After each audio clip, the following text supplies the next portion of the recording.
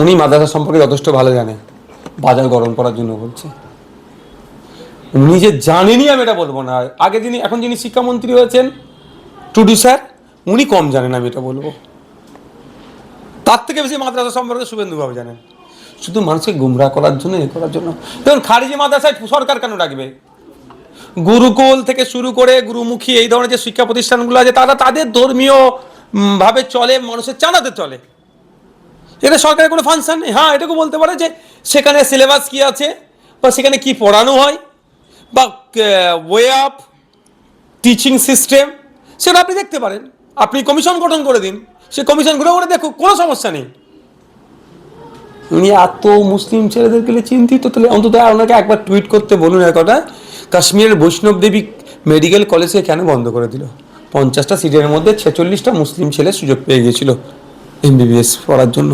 কী হলো, সেই কলেজটাকে বন্ধ করে দিল। কিন্তু ওই 46 জন স্টুডেন্ট কিন্তু হয়নি, এই পড়া থেকে দূরে ছিল, অন্য মেডিকেল কলেজে তারা চলে গিয়েছে। এই যাদের মানসিকতা, তারা আবার খারিজি মাদ্রাসা, সিনিয়র মাদ্রাসা নিয়ে কী জানবে? আর একটা কথা হচ্ছে, আমি এটুকু বলবো যে এটা আমাদের মুখ্যমন্ত্রীর জন্য না, উনি জানেন।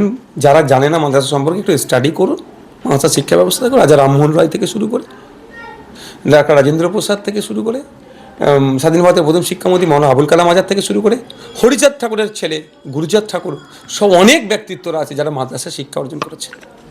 শুধু তাই না, রেশমি রুমালের ইতিহাস, ব্রিটিশদের বিরুদ্ধে যে আন্দোলন সংগঠিত হয়েছিল, সেটা যিনি মূল হোতা ছিলেন, তিনি একজন মাদ্রাসার ছাত্র ছিলেন।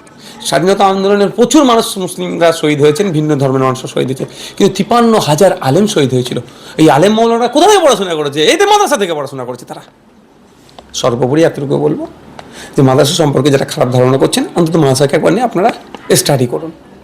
60%, 40% টিচার নন মুসলিম, 20% অ্যাভাব স্টুডেন্টস নন মুসলিম। তাদেরকে আপনারা খারাপ বলে ফেলছেন না তো, শুধু মুসলমানকে খারাপ বলতে গিয়ে।